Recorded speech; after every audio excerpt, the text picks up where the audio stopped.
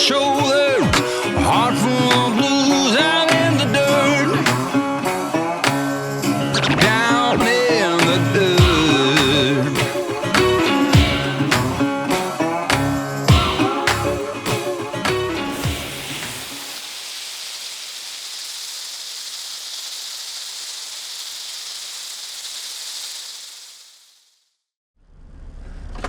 Hello, good morning everybody. Welcome to a new week. It is the 12th. It's Saturday, I know that much. I believe it is the 12th of January 2019. You join me. I am just leaving Costco at Watford. I have already done Costco Wembley, and obviously I've just done Costco Watford, and we are empty now, and we are making our way to Soul Store at Dartford to park up and get reloaded. So now it's daylight, obviously able to bring you along for the ride. For any of you that follow my Facebook or my Instagram, you will have seen, what will you have seen? You will have seen that I have got myself a drone. Yes, a drone.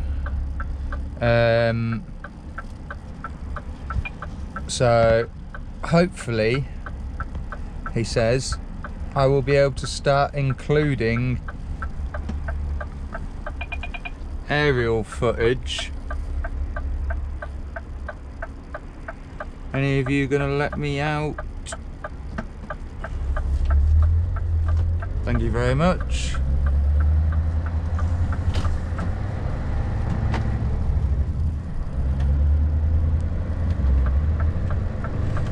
Say thank you to him.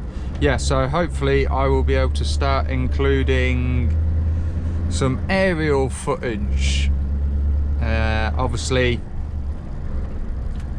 won't be able to include it all the time, and it might not always be of the truck, so it might just help add to the cinematic experience, etc. But yes, I've got myself a drone. It is a DJI Spark, and currently at this point I've only flown it once. I took it out for a test flight, obviously, to see how it handled and what it was like and all that good jazz yesterday. So that'd be Friday on my day off. So yes, took it out, gave it a trial, you know, had to play around with it, got used to the controls, how it reacted, stuff like that. So obviously I wanted to obviously be able to use it but not be surprised like the first time I used it. So that was what happened yesterday, and I must say I am very impressed with it at the moment. I was toying between getting the Spark or the Mavic Air, or the Mavic Air or the Mavic 2 basically, and there's quite a bit of a price difference between the three of them, and they're all got similar sort of features. Some of them have different, like, so some of them will have features that some of the others don't. So like the Spark that I've got, it only has a 2-axis gimbal, whereas both the others have a 3-axis gimbal. The Spark can do hand gestures, which is a bit of a gimmick really from what I've seen in reviews and stuff. Where's this telling me to go? This one. Bollocks, I'm in the wrong lane. We're just gonna have to be very careful and cut across there. There we go. Yeah, so It's, you know, it can do hand gestures, that sort of thing, which is like a gimmick for it. It is effectively, the Spark is effectively the beginner drone for the DJI series. It's the most budgetly priced, and when I say budgetly, it's still not a cheap piece of equipment, let's just say that much. You're not going to be able to go out and buy it on your £20 pocket money easily, let's say that. Obviously, if you are interested in them, you can go look on their website, you can look on Amazon, other websites. Obviously, this video, I'll just add, is not sponsored by DJI at all. I wish it was. But yeah, I was toying between which one to go for, and in the end, it came down to pretty much the price for me. For my first, like, decent drone, I mean, I've got that drone that I got last time, but it's got no gimbal on the camera. It seemed very it felt very toy-like, but it wasn't for the price. But when it was in the air, if there was any bit of wind whatsoever, you just pretty much couldn't fly it. So I mean, I'm not going to name the company or what one it is that I've got, but let's just say, in my opinion, it was a complete waste of money I spent on it. But yes, so I'm still pretty new to the drone world, so to speak, the drone using of a drone, and I wanted one with a good camera quality, because I don't just want to fly it. Obviously I will fly as well, but I want the camera footage out of it, the photos, that sort of thing. But I couldn't quite warrant spending the money for a Mavic Air or a Mavic Pro, so I went for the Spark in the end. But yeah, I'm happy with it, so hopefully we'll get some good aerial footage. And I'm obviously talking utter nonsense again, but hey ho. So obviously, like I say, I've done both the deliveries. I've just got to head to Solster now, drop the trailer and then park up. Started at 11 o'clock last night, so I have worked through the night, which is fine. It's not an issue. I don't mind working through the night.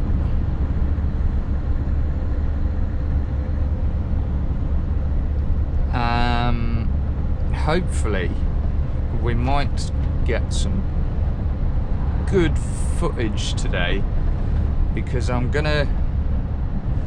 taking us a little bit of a longer route to get round. We could just nip round the M25, but this way it's only 20, I think it said, it's 16 minutes slower this way we're going, so in the grand scheme of things it's nothing.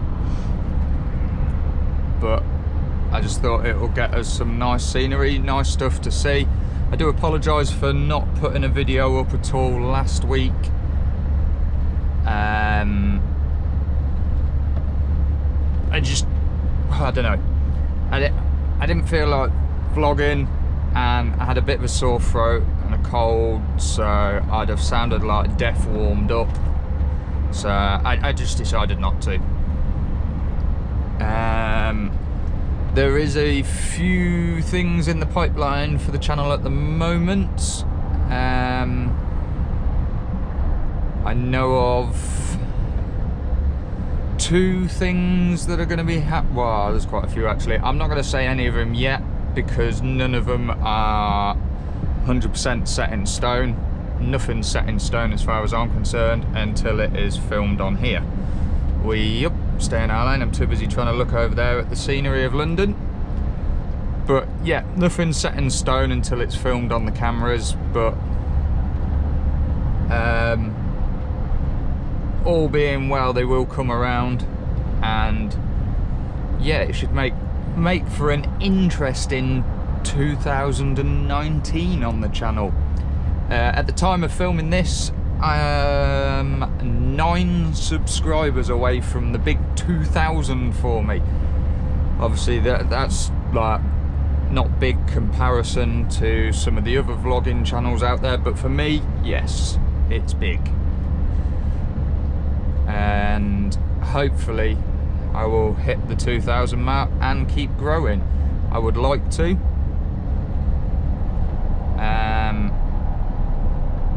I would like the channel to keep growing. I would like to be in like a channel that's not for like trying to be famous or, you know, people recognizing me, because at the moment there's people recognizing me left, right and center that I'm constantly getting flashed at while I'm on the road, and not flashed at as in people showing me their naked bodies.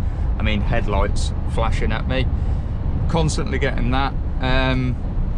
People waving, beeping their horn.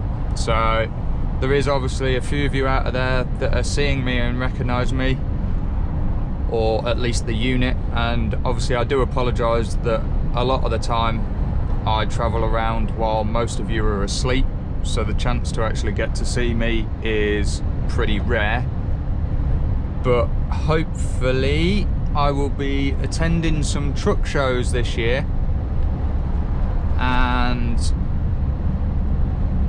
if I, obviously as soon as I know for definite that I am attending them, I will obviously do my best to let you guys and girls know via Facebook, Instagram, and through the community posts I can put on my channel.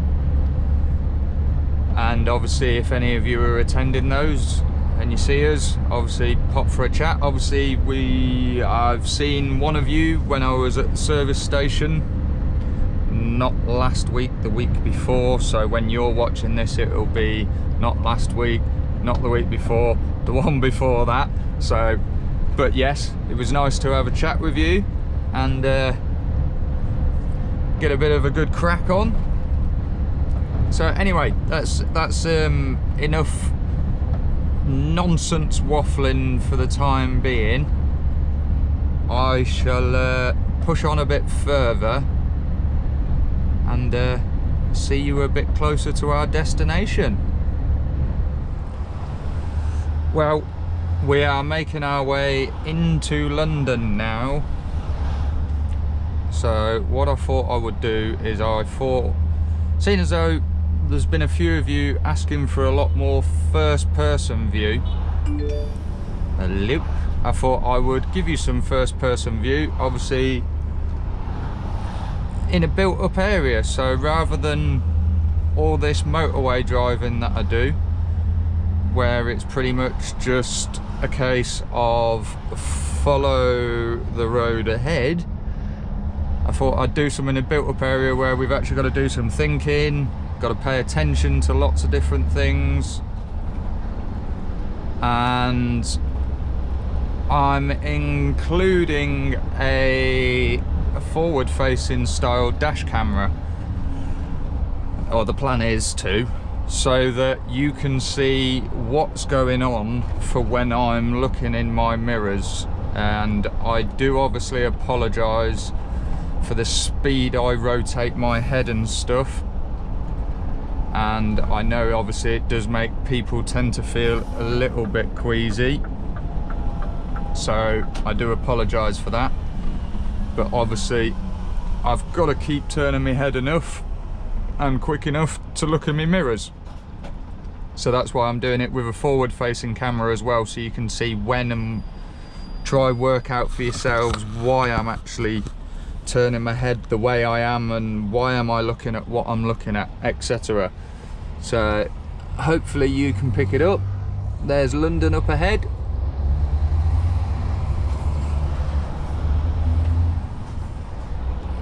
All the buses down here, not as colourful as they are up north. They're all red down here, it's a bit boring. And okay, I want to go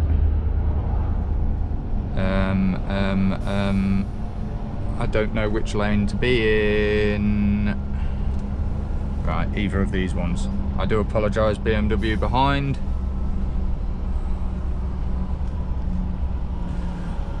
Please do not try come up there. He's realised. That's okay then.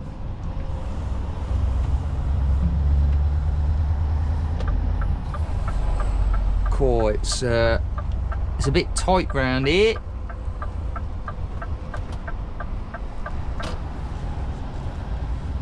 Not very HGV friendly, London. It's not very anything friendly, really.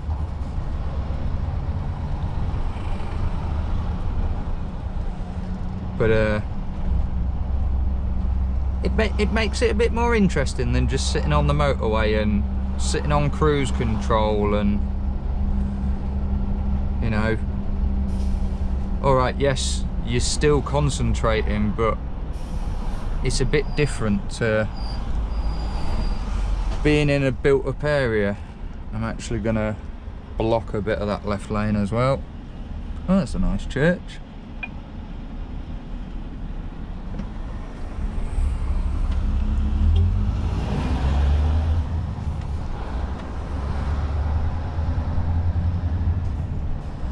But yes, you've got to keep your wits about you, more so in London than you have in any other town or city, because one, London's a lot busier, and two,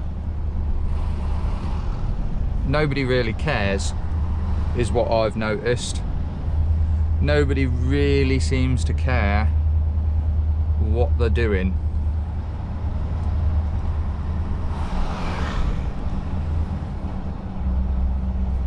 Yeah, they never really seem to care what they're doing, where they're going. Like, it's just them on the road as far as they're concerned, and if it's not someone on the road, like if it's a pedestrian, it's just them, there's no traffic.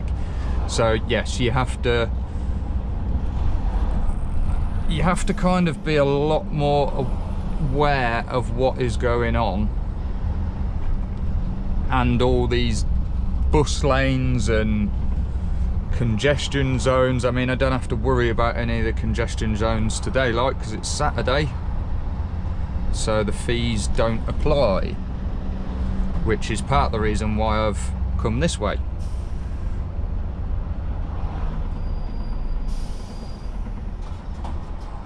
But yes, you've got to constantly be on high alert. I will definitely sleep well later on, I know that much for certain.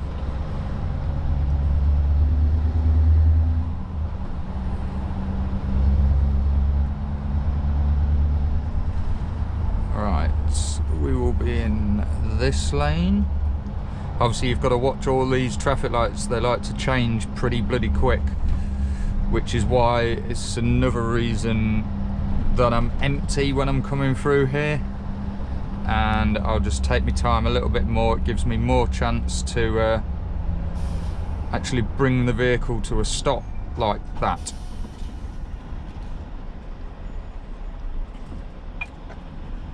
Have a look around. Everyone's probably looking at me like I'm a right weirdo with this thing on my head, and to be honest, I don't blame them. Hey up, we've got Ghetto Gangster to our left, police to our right. Here I am, stuck in the middle with you. In 1 mile, I am going left at a roundabout, apparently. I'm going to move left again. Always be as far left as you can. That's the tip for those of you that aren't, well, for any of you, whether you're in a car or a HGV, you should always be as far left as you can, like, but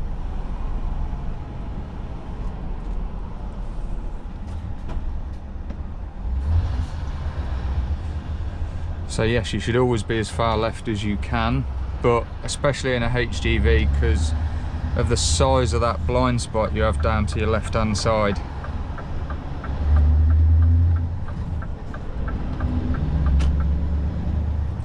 So thank you to him. Or her, let's not be sexist. But yes, as you can see, we're starting to get a bit more built up. So some high-rise buildings. Keep an eye on my left lane, make sure there's no buses, motorbikes, taxis, push bikes, anything sneaking up me inside. Hey up, London Underground, Holloway Road. If any of you know London, that might help you see where I am.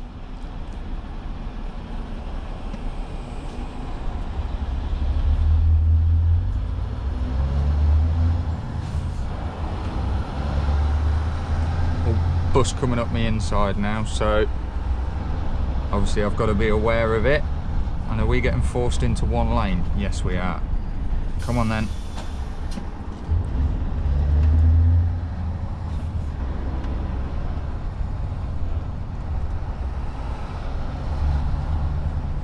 See, that's what I mean about keeping your wits about you and keeping an eye on your mirrors, because obviously he was sat right in effectively a dangerous position, and it pretty much comes down to drivers being uneducated.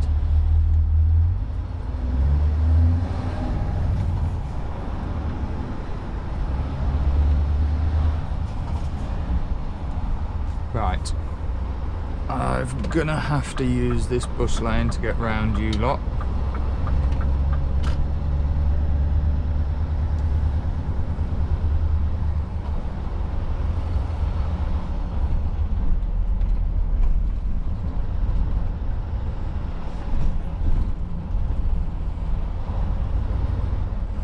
See, cars will just pull out in front of you regardless. They're like completely oblivious to you.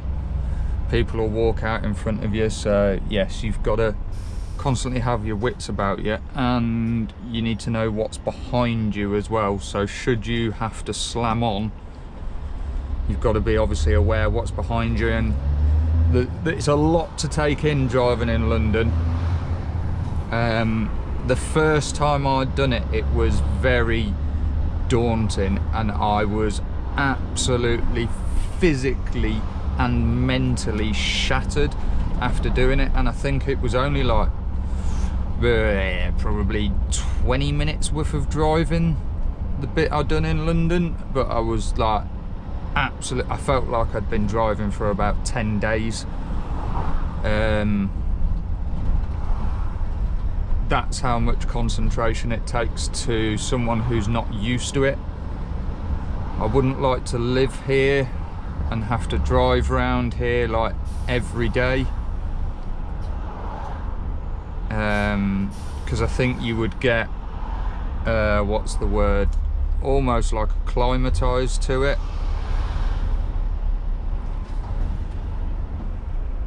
And I think that would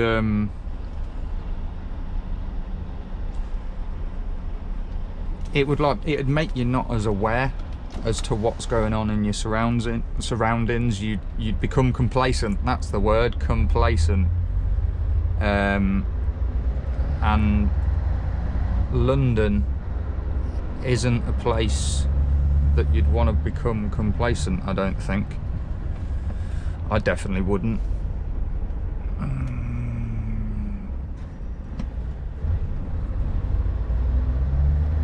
We're going up here, are we? Okay.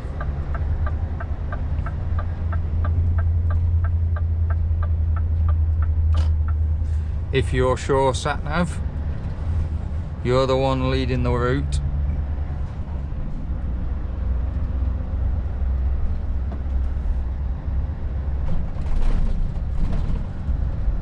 But yes, I think you would become complacent with it, and everything would start becoming like the norm to you, so you wouldn't be paying as much attention, I don't think. So yeah, I wouldn't like to do it. We are going a like really weird way here.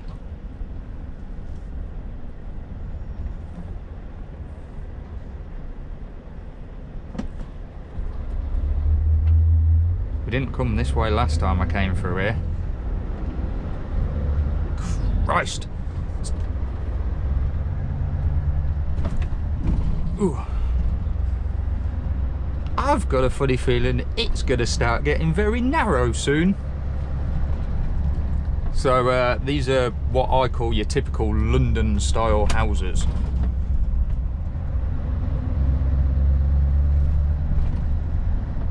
So they've got that look about them. What's the best way to describe it? The Paddington Bear look, I would call it. So if any of you have seen the film Paddington Bear, you'll know what I mean. Also, is it Bridget Jones's diary? Basically any film that's based in London seems to make all the houses look like those ones did back there. Now, I've not seen enough of London to work out whether that's how they all are, or is that just what we associate with the way London looks. So therefore, for people from other countries or that have never been to London, you automatically go, ah, this film is set in London, or, you know, this soap is set in London, whatever it is, you know. But yeah, I call them London houses, because that it's just where I've seen them, is London.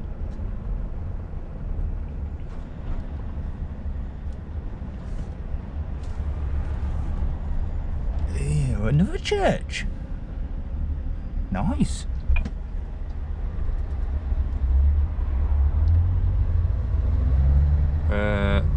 No, I don't want to be in this lane. I want to be over. Oh, you're about to make that very tight for me, mate. Come on. I'm gonna watch that little bollard thing. There we go. This is what I mean by there's a lot to look out for, and a lot to keep your eye on and concentrate when you're in London. But, you know, I like it. Some people don't. I mean, I know Kev T came here the other week, maybe 2 weeks ago, and he was basically saying that it's stressful. It can be, but I like it. It's a challenge for me, so.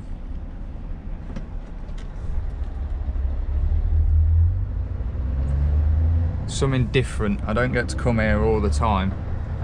One, because normally it is chocker, so I wouldn't even attempt it, especially during the week. But oh, am I going to clear this yellow box? I hope so. That's the other thing you've got to watch out for in London. You need to be able to clear yellow boxes, as a lot of them have got yellow box cameras on them. So if you stop in that yellow box, it'll take a photo of your reg plate and you'll get sent a nice little fine / bill in the post. So especially when you're driving an Arctic, you've got to be really aware of the fact that obviously you need to get the back end of that trailer out of that box as best as you can. So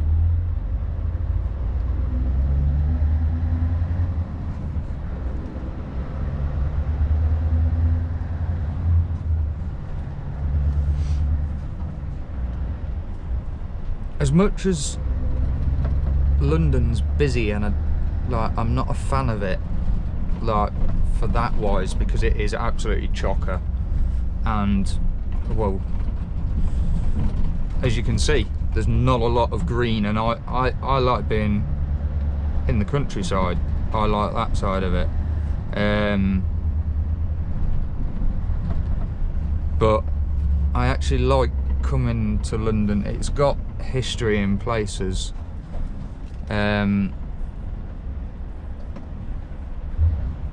I've obviously been to the centre of London a few times, doing the usual touristy sightseeing stuff. So I've been and seen Tower Bridge, Buckingham Palace, all of that good jazz.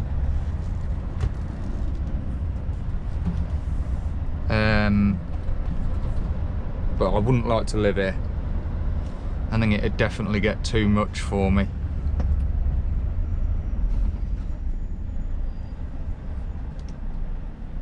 Well, that's a nice view down there, isn't it? That'd be a very... Oh, look at that painting on the building. Hopefully you can pick it up. The forward camera should definitely get it. Yeah, that would be a very nice photogenic... Sorry Gary, I'm vlogging. I do apologise about that, people. Yeah, that would have been a very nice photogenic place. Like if the sun was coming up at the other end. Yeah. But we ain't got time to stop. Plus, God knows where the hell you'd stop with 45 foot of Arctic in the centre of London, but I do apologise to you, Gary, because obviously I know you sometimes watch my vlogs, so I apologise for basically hanging up on you. But I will, I'll phone you back in a bit anyway, mate. Well, you'll know by now, because I'll have already done it. Okay, I want to be in the right-hand lane. Oh, Christ, this is going to be tight. This is going to be tight. Breathe in. Oh, we're not going to fit through. Well, we will fit, but not with the lights changing. There we go, look. It's gone past us. At least, in all fairness to him, he's gone far enough forward that I can see him from here. Now also, if he's got any common sense,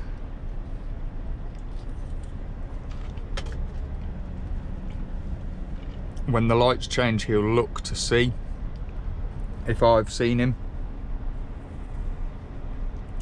But I doubt it, because if I was on a motorbike, I'd have already looked now to see if the wagon driver had seen me, because obviously it's for his safety or her safety, but I think it's a him.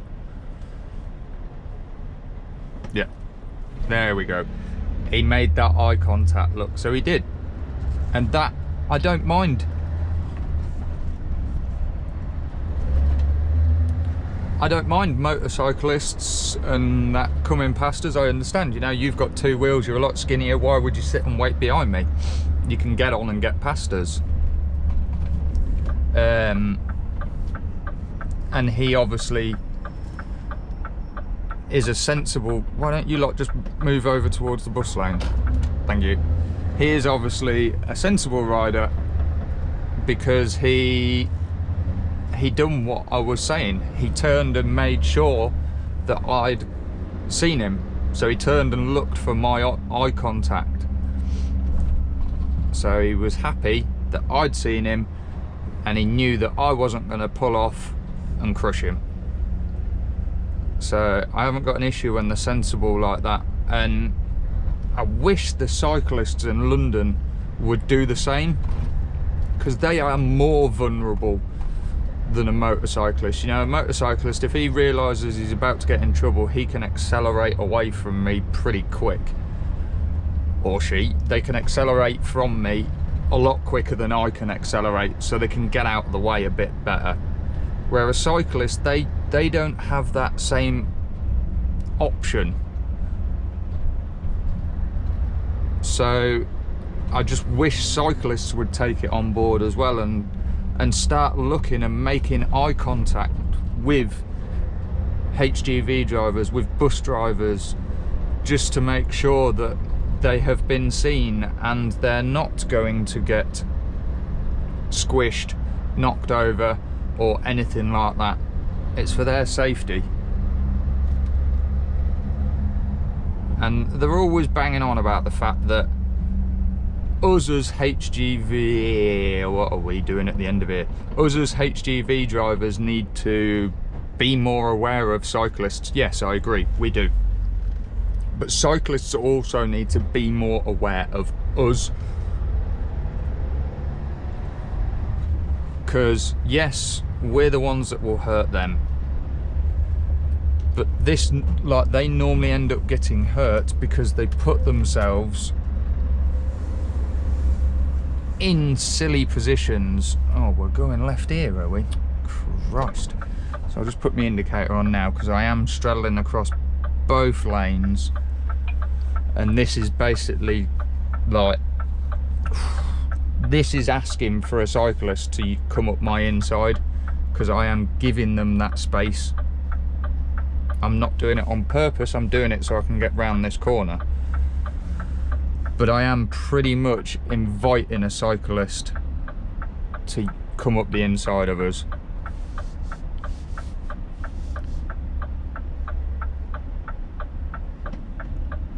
See, here comes the cyclist now. They're coming up me outside, but the problem is I think I need more road than what I'm currently taking. I do. You best wait there, cyclist.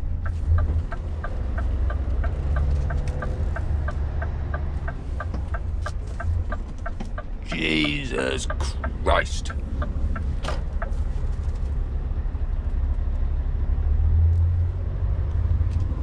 That was tight.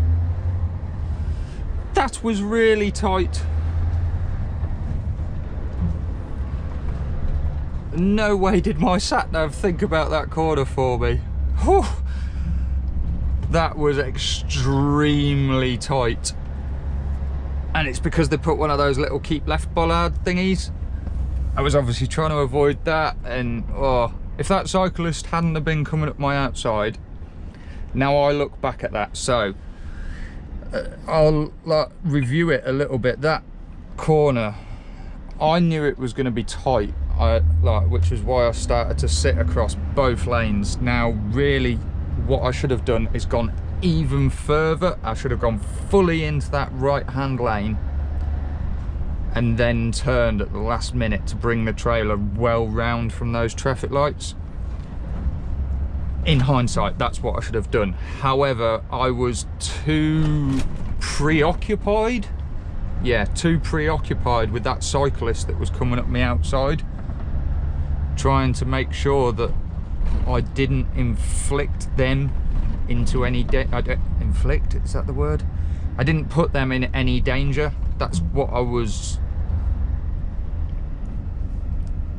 too preoccupied with that. Now, what do you want us to do, sat-nav?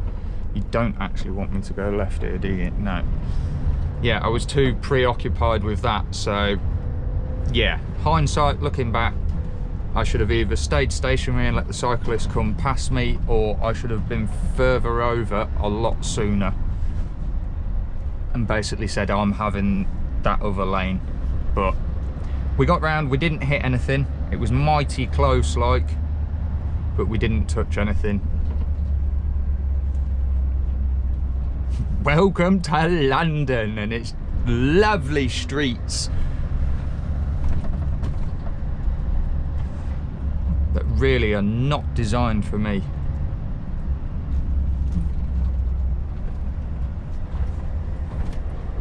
Ooh.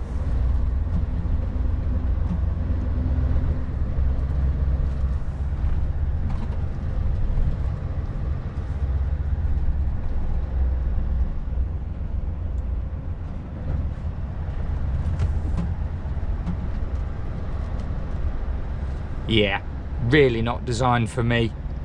Especially when you start parking on bloody double yellow lines. Somebody give that man a ticket.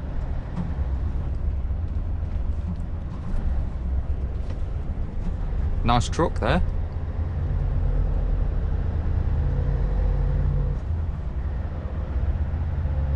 Now what are we doing here, sat-nav? What way do you want me to go?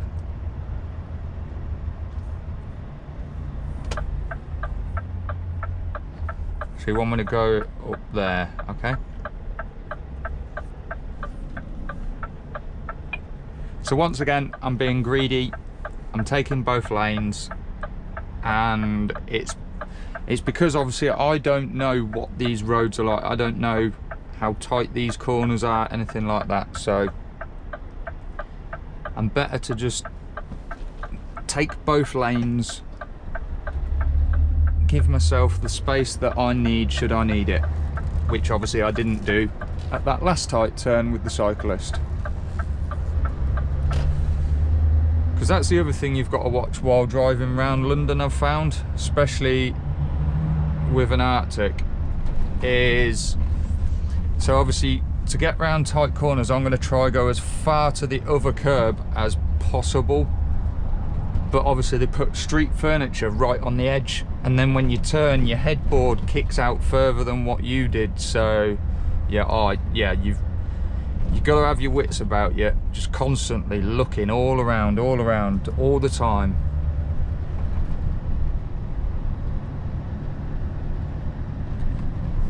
Keeping an eye out for people that obviously want to come past you because you're big, you're slow. They want to go quicker, they know where they are. Come on.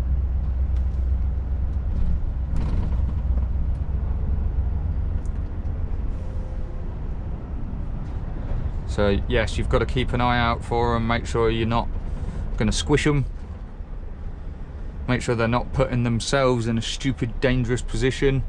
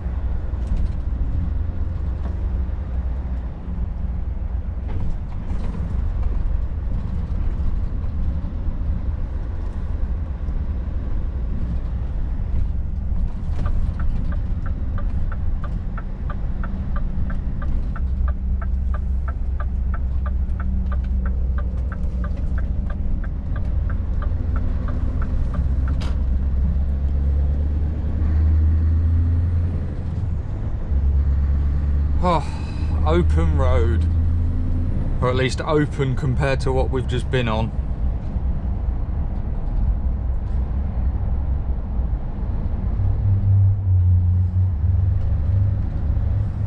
So I'll push on and I'll get us to Soul Store, and I'll catch you there.